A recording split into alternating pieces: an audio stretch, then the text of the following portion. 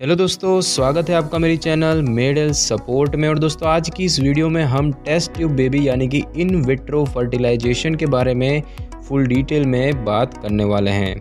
दोस्तों, प्रदूषित वातावरण व काम के बोझ के चलते महिलाओं के शरीर में कई तरह की परेशानियां उत्पन्न होने लगी हैं और इन समस्याओं में से एक समस्या है प्रेग्नेंट ना हो पाना।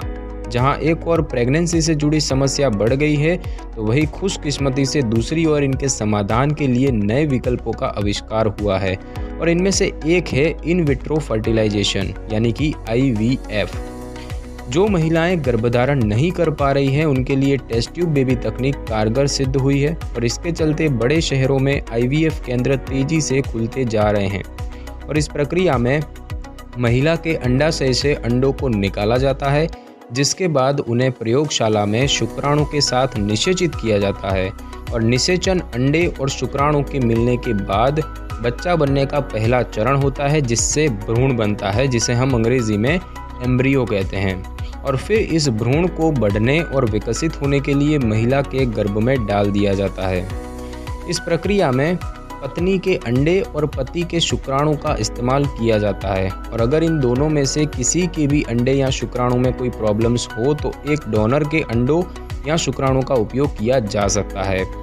दोस्तों, अगर हम बात करें कि IVF तकनीक जो है ये क्यों करवानी चाहिए और कब करवानी चाहिए, तो अगर महिला बांझपन की समस्या हो और जिसका कारण स्पष्ट ना हो पा रहा हो, अगर महिला के फैलोपियन ट्यूब में कोई रुकावट हो। दोस्तों, फैलोपियन ट्यूब जो होती है वो अंडाशय से गर्भाशय को जोड़ती है। अगर उस ट्यूब में कोई रुकावट हो या फिर प्रजनन दवाएं या फिर इंट्रा यूटेराइन इंसेमिनेशन यानी कि IUI जैसी अन्य तकनीक भी असफल हो रही हो, जिसमें टेस्ट ट्यूब बेबी की तरह गर्भाशय से अंडे बाहर नहीं निकाले जाते।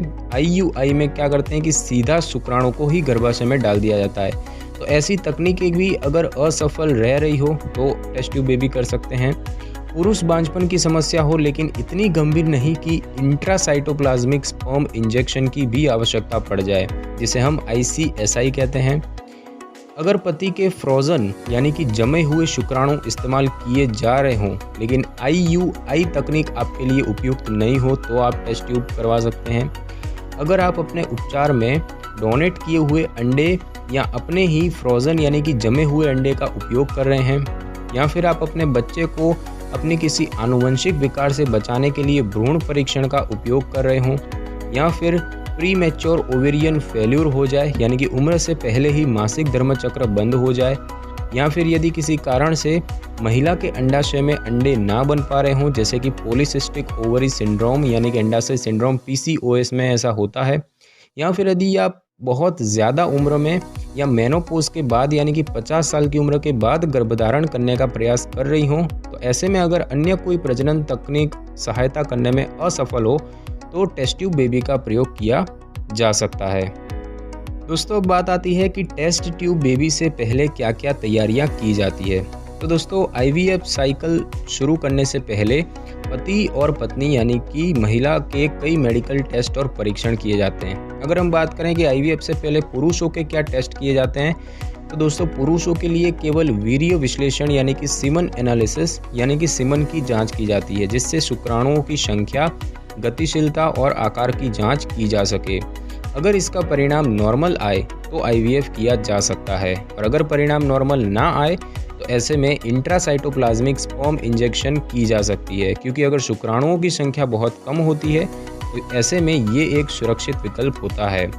अगर परिणाम शून्य आए तो कुछ खास प्रक्रिया से वृषण यानी कि टेस्टिस से शुक्राणु निकाले जाते हैं और ये प्रक्रिया होती है टेस्टिकुलर स्पर्म एक्सट्रैक्शन यानी कि TESE या फिर परक्यूटेनियस एपिडिडिमल स्पर्म एस्पायरेशन यानी कि PESA।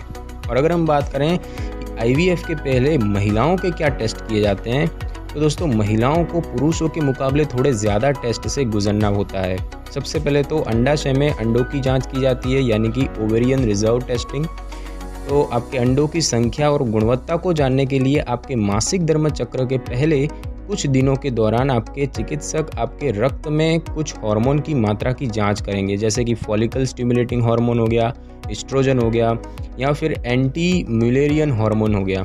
दूसरा है दोस्तों अंडाशय का अल्ट्रासाउंड करना। तो प्रजनन दवाओं के प्रभाव की जांच करने के लिए डॉक्टर आपके अंडाशय का अल्ट्रासाउंड भी करते हैं। तीसरा होता है भ्रूण स्थानांतरण का अभ्यास करना, जिसे हम बोलते हैं मॉक एम्ब्रियो ट्रांसफ़र। तो आपके चिकित्सक भ्रूण को आपके गर्भाशय में डालने से पहले एक नकली भ्रूण गर्भाशय में डाल सकते हैं, और ऐसा करने से डॉक्टर को गर्भाशय की गुहा की गहराई का पता लगाने के लिए और भ्रूण को आपके गर्भाशय में सफलतापूर्वक जगह देने के लिए सही तकनीक का पता चल सकता है। चौथा होता है गर्भाशय की जांच करना। तो आईवीएफ शुरू करने से पहले डॉक्टर आपके गर्भाशय के गुहा की जांच करेंगे, और इसमें सोनोहिस्टोग्राफी और गर्भाशय की गुहा का अल्ट्रासाउंड किया जाता है। दोस्तों सोनोहिस्टोग्राफी जो होती है, इसमें क्या करते हैं कि सर्विक्स के माध्यम से गर्भाशय में एक तरल पदार्थ डाला जाता है, और दोस्तों इसी जांच में हिस्टेरोस्कोपी भी की जा सकती है। हिस्टेरोस्कोपी में योनि और सर्विक्स के माध्यम से एक पतली लचीली लाइटेड दूरबीन डाली जाती है, जिसे हम बोलते हैं हिस्टेरोस्कोप। पांचवा होता है कि संक्रमण नहीं है वो करने के लिए कुछ पुष्टि की जाती है, यानी कि कोई संक्रमण नहीं है उसकी पुष्टि की जाती है। तो पुरुष और महिला दोनों के टेस्ट किए जाएंगे ये जानने के लिए कि उनमें से किसी को कोई संक्रमण तो नहीं है, जैसे कि HIV वगैरह। तो आपकी स्थिति के अनुसार आईवीएफ के द्वारा गर्भधारण करने के लिए ये सारे टेस्ट के अतिरिक्त भी कोई टेस्ट करवाए जा सकते हैं। और अब बात आती है दोस्तों कि आईवीएफ शुरू करने से पहले कुछ ज़रूरी सवाल। तो दोस्तों पुरुष और महिला दोनों साथियों की HIV सहित अन्य संक्रामक रोगों की जांच की जाएगी, और आईवीएफ साइकिल शुरू करने से पहले आपको कुछ महत्वपूर्ण प्रश्नों पर ध्यान देना चाहिए और उन पर विचार करना चाहिए। जैसे कि पहला प्रश्न है कि कितने भ्रूण स्थानांतरित किए जाएंगे। तो दोस्तों स्थानांतरित किए जाने वाले भ्रूण की संख्या आमतौर पर उम्र और पुनर्प्राप्त अंडों की संख्या पर आधारित होती है।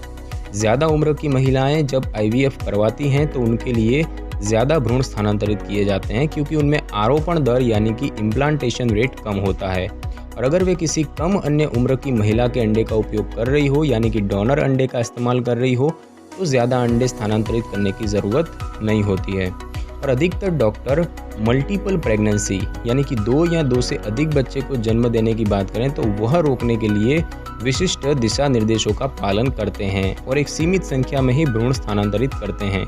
कुछ देशों में भ्रूण के स्थानांतरण की संख्या पर कानून द्वारा सीमा भी लगाई गई है, और सुनिश्चित करें कि आप और आपके डॉक्टर स्थानांतरण प्रक्रिया से पहले भ्रूण की संख्या पर सहमत हों।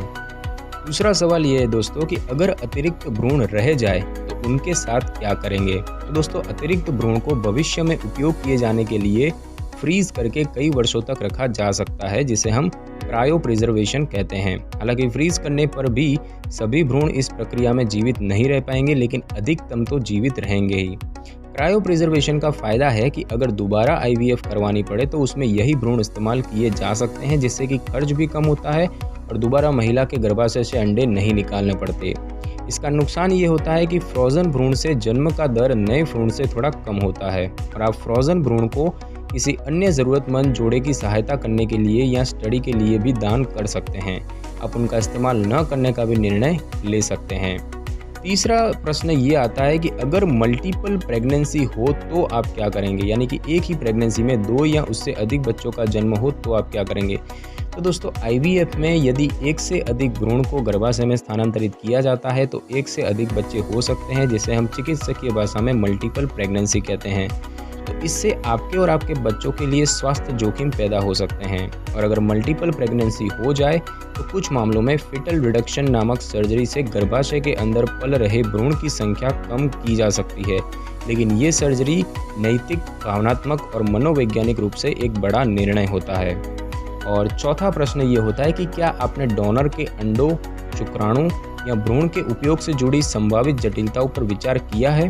तो दोस्तों एक प्रशिक्षित काउंसलर जो डोनर संबंधी मुद्दों का विशेषज्ञ हो आपको डोनर के कानूनी अधिकार जैसी बातों को समझने में मदद कर सकता है। आपको प्रत्यारोपित भ्रूण के कानूनी माता पिता बनने में मदद करने के लिए अदालत में कागजात दाखिल करने के लिए एक वकील की भी आवश्यकता हो सकती है। दोस्तों बात आती है कि आईवीएफ की तकनीक और ये जो उपचार है वो कैसे किया जाता है। तो दोस्तों आईवीएफ प्रक्रिया कुछ क्रम में की जाती है, हालांकि स्थिति के अनुसार इसमें कुछ फर्क भी किया जा सकता है, जिसका फैसला आप और आपके डॉक्टर मिलकर ले सकते हैं। सबसे पहले बात करते हैं कि महिलाओं में क्या किया जाता है। तो पहला स्टेज होता है कि प्राकृतिक मासिक धर्म चक्र को रोकना। दोस्तों आपको एक दवा दी जाएगी जो आपके प्राकृतिक माहवारी चक्र को रोकेगी और इससे उपचार के अगले चरण में इस्तेमाल की जाने वाली दवाएं अधिक प्रभावी हो सकती हैं। और यह दवा या तो इंजेक्शन के रूप में रोज दी जाती है या फिर नेज़ल स्प्रे यानी कि नाक के स्प्रे के रूप में दी जाती है और ये दवा लगभग 2 सप्ताह तक जारी रखनी होती है। दूसरा होता है स्टेज की अंडे की आपूर्ति को बढ़ाना। तो दोस्तों मासिक धर्म चक्रों को रोकने के बाद एक प्रजनन हार्मोन दिया जाता है जिसका नाम है फॉलिकल स्टिमुलेटिंग हार्मोन और यह भी प्रतिदिन लिया जाने वाला एक इंजेक्शन होता है जिसे लगभग 10-12 दिन लेना होता है। यह हार्मोन अंडों की संख्या को बढ़ाता है और इसका मतलब है अधिक अंडे इकट्ठे करके निषेचित किए जा सकते हैं और अधिक अंडे निषेचित होने से डॉक्टर के पास IVF में उपयोग करने के लिए अधिक भ्रूण होते हैं। तीसरा स्टेज होता है प्रगति की जांच। तो डॉक्टर जो है वो पूरी IVF प्रक्रिया के दौरान आप पर करीबी नज़र रखेंगे। आपके अंडाशय को मॉनिटर करने के लिए योनि का अल्ट्रासाउंड स्कैन होगा और कुछ स्थितियों में रक्त परीक्षण भी किया जा सकता है। आपके अंडों को एकत्र करने के करीब 34 से 38 घंटे पहले आपको आखिरी हार्मोन इंजेक्शन दिया जाएगा जो आपके अंडे को निषेचन के लिए तैयार करता है। उसके बाद चौथा स्टेज होता है गर्भाशय से अंडों को निकालना। तो दोस्तों गर्भाशय से अंडे एक सुई की मदद से निकाले जाते हैं और इस प्रक्रिया में महिला को बेहोश कर दिया जाता है। यह एक छोटी सी प्रक्रिया होती है जिसमें 15 से 20 मिनट लगते हैं और कुछ महिलाएं इस प्रक्रिया के बाद दर्द का अनुभव कर सकती हैं। कुछ मामलों में योनि से ब्लीडिंग भी हो सकती है। पांचवा स्टेज होता है अंडों और शुक्राणु का निषेचन करना। तो गर्भाशय से निकाले गए अंडों को प्रयोगशाला में आपके साथी के शुक्राणुओं के साथ मिलाया जाता है और 16 से 20 घंटों के बाद इस बात की जांच की जाती है कि कोई अंडा निषेचित हुआ है या फिर नहीं। कुछ स्थितियों में प्रत्येक अंडे में इंजेक्शन से शुक्राणु डालने की आवश्यकता हो सकती है और इसे हम बोलते हैं इंट्रासाइटोप्लाज्मिक स्पर्म इंजेक्शन या ICSI। निषेचित अंडे गर्भ में स्थानांतरित किए जाने से पहले 6 दिनों तक प्रयोगशाला में बढ़ने के लिए रखे जाते हैं और स्थानांतरण के लिए सर्वश्रेष्ठ जो 1 या 2 भ्रूण होते हैं उन्हें ही चुना जाता है। और छठा स्टेज होता है भ्रूण में स्थानांतरण करना। तो दोस्तों अंडे इकट्ठा करने के कुछ दिन बाद भ्रूण को गर्भ में स्थानांतरित कर दिया जाता है और यह एक पतली ट्यूब जिसे डॉक्टर कैथेटर कहते हैं उसका उपयोग करके किया जाता है और यह प्रक्रिया अंडे एकत्रित करने से सरल होती है और एक सर्वाइकल टेस्ट के समान होती है, इसीलिए आपको बेहोश करने की आवश्यकता नहीं होगी। और बात करते हैं कि पुरुषों में क्या किया जाता है। तो जिस समय महिला से अंडे निकाले जा रहे होंगे उस समय पुरुष से शुक्राणु लिए जाते हैं और उनमें से सबसे स्वस्थ और सबसे सक्रिय शुक्राणु का चुनाव किया जाता है। दोस्तों अब बात यह आती है कि IVF के बाद प्रेगनेंसी में कितना समय लगता है। तो भ्रूण को गर्भ में स्थानांतरित करने के बाद यह देखने के लिए कि उपचार ने काम किया है या नहीं, आपको गर्भावस्था का परीक्षण करने से पहले लगभग 2 सप्ताह तक इंतजार करना होगा। प्रेगनेंसी टेस्ट घर पर एक सामान्य मूत्र गर्भावस्था परीक्षण से भी किया जा सकता है और रक्त परीक्षण से भी किया जा सकता है, जैसा कि आपका डॉक्टर कहें, और उसका परिणाम आपके डॉक्टर को बताएं। यह 2 सप्ताह का इंतजार एक कठिन समय हो सकता है क्योंकि इलाज ने काम किया है या नहीं यह जानने की चिंता आपको परेशान कर सकती है। कुछ लोगों को यह उपचार प्रक्रिया का सबसे कठिन हिस्सा लगता है और अगर आप गर्भवती हो जाती हैं तो आने वाले हफ्तों में यह जानने के लिए कि सब कुछ नॉर्मल है कि नहीं आपके अल्ट्रासाउंड स्कैन भी किए जाएंगे। और दुर्भाग्य से कई मामलों में IVF असफल हो जाता है और आपको इस संभावना के लिए खुद को पहले से ही तैयार करने की कोशिश करनी चाहिए। आप ऐसे में काउंसलर की सहायता भी ले सकते हैं। और अब बात करते हैं कि टेस्ट ट्यूब बेबी के बाद क्या खाना चाहिए, क्या देखभाल और सावधानियां करनी चाहिए। तो भ्रूण के स्थानांतरित होने के बाद आप गर्भधारण की संभावना बढ़ाने के लिए ज़्यादा कुछ नहीं कर सकते हैं। इस बात पर कोई प्रमाण मौजूद नहीं है कि IVF की प्रक्रिया पूरी हो जाने के बाद आराम या फिर काम करने या न करने से गर्भधारण होने की जो संभावना है उस पर क्या असर पड़ता है। कुछ डॉक्टर टेस्ट ट्यूब बेबी के बाद महिला को 24 घंटे आराम करने का सुझाव देते हैं, जबकि कुछ डॉक्टर IVF के बाद अपनी नियमित दिनचर्या को बनाए रखने का सुझाव देते हैं। दूसरी तरफ कुछ महिलाएं आराम करना पसंद करती हैं क्योंकि उन्हें लगता है कि ऐसा करने से IVF सफल होगा और कुछ अपनी नॉर्मल ज़िंदगी वापस शुरू कर देती है। आपको एक बार फिर बता दें कि आपकी रोज़मर्रा की शारीरिक गतिविधियों का भ्रूण के गर्भ में स्थापित होने या न होने से संबंधित चिकित्सकीय जगत में कोई तथ्य मौजूद नहीं है। IVF के बाद भी गर्भधारण होना एक प्राकृतिक प्रक्रिया है जो मुख्य रूप से अंडों की आनुवंशिक गुणवत्ता पर निर्भर करता है, लेकिन फिर भी आप चाहें तो IVF के बाद कुछ सावधानियां बरत सकती है जिनसे आप और आपके बच्चे के स्वास्थ्य को लाभ होगा। ज़्यादा शारीरिक क्षमता वाले कार्य न करें, खास तौर से अगर आपको इनकी आदत नहीं है। और अगर एक्सरसाइज करें तो भारी वजन उठाने से बचें। धूम्रपान से दूर रहें और जितना संभव हो कैफीन से बचने की कोशिश करें। यौन गतिविधियां ना करें, एरोबिक से दूरी बनाएं, शराब और नशीले पदार्थों का सेवन ना करें और ज़्यादा देर तक धूप में ना बैठे। साथ ही कुछ दिनों के लिए तैराकी से भी बचें। थकाने वाले घरेलू काम से दूर रहिए और गर्भ निरोधक गोलियां बिल्कुल भी ना लें। और अब बात आती है कि क्या ये IVF सफल होती है? तो पूरे देश के स्तर पर टेस्ट ट्यूब बेबी के सफल होने पर आंकड़े मौजूद नहीं हैं, लेकिन 2010 में किए गए एक स्टडी में IVF की सफलता के ये आंकड़े सामने आए थे, जिसमें 35 वर्ष से कम उम्र की महिलाओं के लिए 32.2%, 35 से 37 आयु वर्ग की महिलाओं के लिए 27.7%, 38 से 39 आयु वर्ग की महिलाओं के लिए 20.8%, 40 से 42 आयु वर्ग की महिलाओं के लिए 13.6%, 43 से 44 आयु वर्ग की महिलाओं के लिए 5% और 45 वर्ष और उससे अधिक की आयु की महिलाओं के लिए 1.9%। ये आंकड़े सिर्फ उन मामलों के हैं जिनमें डोनर अंडों का नहीं बल्कि महिला के खुद के अंडों का इस्तेमाल किया गया था। और अब बात करते हैं कि IVF के क्या साइड इफ़ेक्ट हो सकते हैं और उसके क्या जोखिम हो सकते हैं। तो दोस्तों, IVF साइकिल शुरू करने से पहले आपको कुछ इससे जुड़े जोखिम और जटिलताओं के बारे में पता होना चाहिए। सबसे पहले बात करते हैं कि दवाओं के क्या दुष्प्रभाव होते हैं। तो IVF के दौरान इस्तेमाल की जाने वाली दवाओं से कई स्त्रियों में प्रतिक्रिया होने का जोखिम रहता है। ज़्यादातर दुष्प्रभाव इतने गंभीर नहीं होते हैं।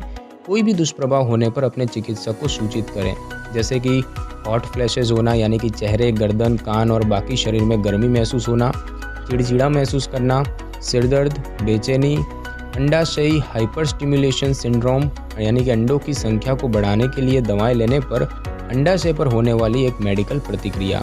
इसके बारे में हम आगे और बताएंगे। दूसरा है मल्टीपल प्रेगनेंसी, जिसमें एक से अधिक बच्चों को जन्म देना। तो यदि टेस्ट ट्यूब बेबी उपचार में एक से अधिक भ्रूण को गर्भ में डाल दिया जाता है तो जुड़वा या फिर 3 बच्चे, जिसे हम ट्रिपलेट कहते हैं, उसकी संभावना बढ़ जाती है। और एक से ज़्यादा बच्चा होना गलत नहीं है, परंतु इससे शिशुओं और माँ दोनों के स्वास्थ्य से संबंधित जटिलताएं हो सकती हैं, जैसे आपके शिशुओं के समय से पहले होने की या जन्म के समय वजन कम होने की अधिक संभावना हो जाती है और नवजात शिशु को जानलेवा जटिलताएं भी हो सकती है। मिसकैरेज हो सकता है, गर्भावस्था से संबंधित हाई ब्लड प्रेशर और प्री एक्लेम्सिया हो सकता है, डायबिटीज़ हो सकती है, एनीमिया हो सकता है, बाहरी ब्लीडिंग हो सकती है और सिजेरियन डिलीवरी की ज़रूरत भी पड़ सकती है। तीसरा है अंडाशयी हाइपर स्टिमुलेशन सिंड्रोम। तो दोस्तों, यह IVF की एक दुर्लभ जटिलता होती है, यानी कि ऐसा बहुत कम होता है।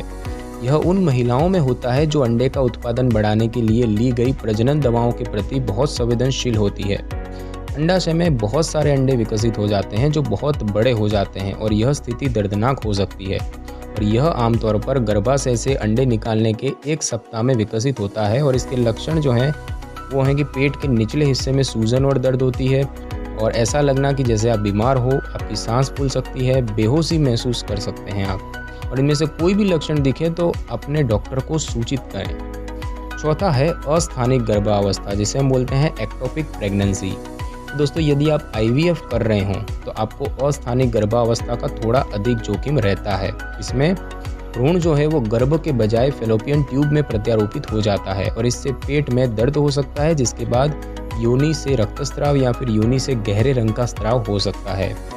अगर IVF के बाद आपका प्रेगनेंसी टेस्ट सफल होता है तो यह सुनिश्चित करने के लिए कि आपकी गर्भावस्था सामान्य है, आपको 6 सप्ताह में एक स्कैन करवाना होगा। और अगर आपको IVF के बाद सफल गर्भावस्था परीक्षण के बाद भी योनि से रक्तस्राव होता है तो अपने डॉक्टर को ज़रूर बताएं। पांचवा है कि ज़्यादा उम्र की महिलाओं के लिए भी जोखिम होते हैं। जितनी ज़्यादा महिला की उम्र होती है उतना IVF की सफलता का दर कम होता चला जाता है। और इसके अलावा जैसे जैसे महिला की उम्र बढ़ती है IVF उपचार में गर्भपात और जन्मदोष का खतरा भी बढ़ जाता है। और अपने डॉक्टर के साथ उम्र और IVF की जोखिम पर अवश्य चर्चा करनी चाहिए। दोस्तों, अगर हम टेस्ट ट्यूब बेबी के खर्च की बात करें और केंद्र की बात करें तो महिलाओं में प्रेगनेंसी को लेकर बढ़ती समस्याओं के कारण आज के दौर में कई IVF केंद्र खुल चुके हैं। IVF केंद्रों की भीड़ में आपको समझ ही नहीं आता कि कौन सा IVF केंद्र सही है और कौन सा नहीं। साथ ही इन केंद्रों पर इलाज की लागत भी अलग अलग होती है। टेस्ट ट्यूब बेबी केंद्र के चुनाव और लागत को लेकर आपको कुछ उपयोगी सुझाव हम आपको बताएंगे। जैसे कि IVF केंद्र में इलाज कराने से पहले यह जान लेना जरूरी है कि वह टेस्ट ट्यूब बेबी केंद्र भारतीय आयुर्विज्ञान अनुसंधान परिषद से पंजीकृत है या फिर नहीं। प्रजनन के सभी मामले एक समान नहीं होते हैं और इसीलिए यह सुनिश्चित करें कि आपकी मौजूदा स्थिति को लेकर सही टेस्ट किए जा रहे हैं या फिर नहीं। IVF केंद्र कई बार इलाज की लागत को बताते समय इससे संबंधित अन्य खर्चों पर बात नहीं करते हैं, जिससे आपको बाद में परेशानी हो सकती है और ऐसे में आपको इलाज कराने से पहले ही सभी अतिरिक्त खर्चों पर बात कर लेनी चाहिए। इलाज के लिए बेहद ज़रूरी होता है कि आप डॉक्टर के साथ बिना किसी झिझक खुलकर बात कर सकें और ऐसे ही डॉक्टर को भी आपको इलाज की पूरी प्रक्रिया को अच्छी तरह से समझना चाहिए। डॉक्टर और मरीज के बीच जुड़ाव से ही आप इलाज की प्रक्रिया में सहज हो पाते हैं। अपने इलाज की पूरी प्रक्रिया के बारे में आपको जानकारी लेनी चाहिए, इससे आपको सभी तरह के बदलावों को अपनाने में मदद मिलती है। IVF प्रक्रिया के लिए निश्चित और प्रशिक्षित स्टाफ की आवश्यकता होती है और इसीलिए IVF केंद्र को चुनते समय इस बात की पुष्टि कर लें कि केंद्र में डॉक्टर, नर्स, काउंसलर और अन्य स्टाफ की संख्या पूरी हो और क्या आपकी जांच के रिपोर्ट और जानकारी किसी अन्य के साथ साझा नहीं की जाएगी और इस बात की पुष्टि भी आपको पहले ही कर लेनी चाहिए। साथ ही आपको यह भी जान लेना जरूरी होता है कि IVF सेंटर में महिला के अंडों को निषेचित करने की प्रक्रिया के सभी चरण पारदर्शी हों। इससे महिला के गर्भ में स्थापित होने वाले निषेचित अंडों के बारे में आपको पूरी जानकारी होती है।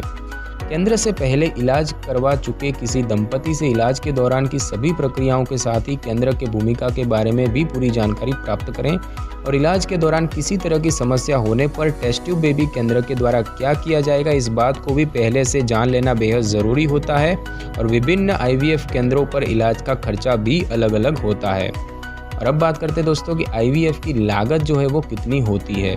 तो भारत के कुछ बड़े शहरों में मौजूद टेस्ट ट्यूब बेबी केंद्रों की अनुमानित लागत को अगर हम बात करें तो मुंबई की बात करें तो 2 से 3 लाख, बेंगलोर में 1.60 से 1.75 लाख, चेन्नई में 1.45 से 1.60 लाख, दिल्ली में 90,000 से 1.25 लाख, नागपुर में 75 से 90 हज़ार, हैदराबाद में 70 से 90 हज़ार, पुणे में 65 से 85 हज़ार और कोलकाता में 65 से 80 हज़ार। और अब दोस्तों बात करते हैं कि टेस्ट ट्यूब बेबी के कितने प्रकार होते हैं। तो पहला प्रकार है प्राकृतिक मासिक चक्र IVF यानी कि नेचुरल साइकिल IVF। दोस्तों इस तकनीक में महिला के सामान्य मासिक चक्र के दौरान बनने वाले अंडों को इकट्ठा लिया जाता है और निषेचित किया जाता है और इस उपचार में प्रजनन दवाओं का इस्तेमाल नहीं किया जाता। दूसरा है माइल्ड स्टिमुलेशन IVF। इस तकनीक में महिला को या तो प्रजनन दवाओं की कम खुराक दी जाती है या ये दवाएं सामान्य टेस्ट ट्यूब बेबी की तुलना में कम अवधि के लिए दी जाती है। तीसरा होता है इन विट्रो मैचुरेशन यानी कि IVM। तो IVM प्रक्रिया में अंडाशय से अंडे निषेचन के लिए तैयार होने से पहले ही निकाल लिए जाते हैं और उन्हें निषेचन के लिए प्रयोगशाला में तैयार किया जाता है। चौथा है भ्रूण स्थानांतरण यानी कि एम्ब्रियो ट्रांसफर। तो दोस्तों प्रयोगशाला में अंडे निषेचित करने के बाद भ्रूण स्थानांतरण किया जाता है। सर्वोत्तम गुणवत्ता के 1 से 3 भ्रूण चुने जाते हैं और चयन के बाद फिर उन्हें महिला के गर्भ में डाला जाता है। और लास्ट में है असिस्टेड हैचिंग। तो दोस्तों भ्रूण बढ़ने की संभावना बढ़ाने के लिए उसकी बाहरी परत पर छेद या फिर उसे पतला किया जाता है, जिससे कि गर्भधारण का जो सहयोग है वो बढ़ जाता है। तो दोस्तों आज की इस वीडियो में बस इतना ही। अगर आपको मेरी ये वीडियो अच्छी लगी हो तो वीडियो को लाइक और शेयर कीजिए और कमेंट करना बिल्कुल भी ना भूलें। और अगर आप हमारे चैनल पे नए हैं तो चैनल को सब्सक्राइब करके बेल आइकन के बटन को ज़रूर क्लिक कर ले ताकि मेरी हर नई वीडियो की नोटिफिकेशन सबसे पहले आपको मिल सके। Thanks for your time.